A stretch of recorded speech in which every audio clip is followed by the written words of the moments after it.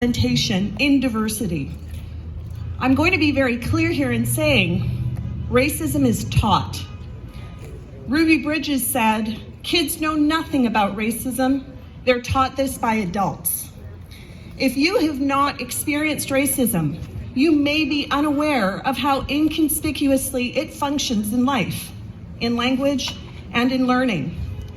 Make no mistake, racist teachings are embedded in this curriculum. This curriculum maintains a disturbing status quo that we are divided by race and cultural identity, and that a dominant group continues to benefit from Eurocentrism and colonialism. Language used in this curriculum gives the dominant groups control to determine when and how words should be used. As early as grade 1, this social studies curriculum emphasizes the term legacies to forego the truth. Residential schools, the transatlantic slave trade and the aftermath of European conquests cannot be described as legacies. They are atrocities. In this draft, there is no outright white supremacist or slave master. The way in which history is taught is not crude or violent. But because this curriculum upholds the traditional conservative point of view of this government, it erases the impact of the people that resisted.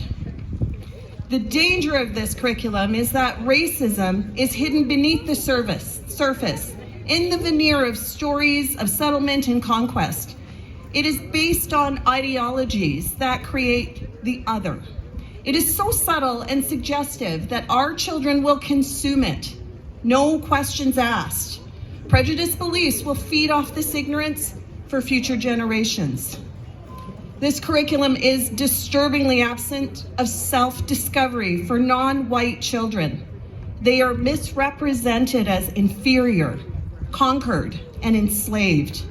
In the grade 2 curriculum, social studies curriculum, histories appear to start after European colonization or the ending of slavery and perpetuate racial profiling through oppression and dehumanization. We are looking at the history of people that were threatened with extinction due to colonialism.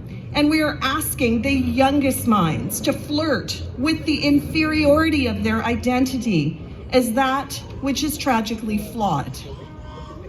This curriculum puts the emotional weight on non-white children to relate to historical narratives in which people that look like them have always lost. And we are reinforcing through this curriculum that they accept a fate that has already been handed to them. This draft also does not consider the TRC calls to action.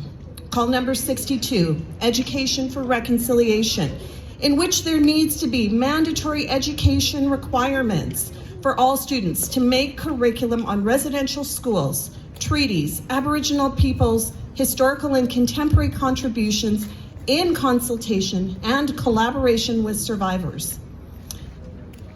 All of our children are in danger because people who are impacted by race are in danger.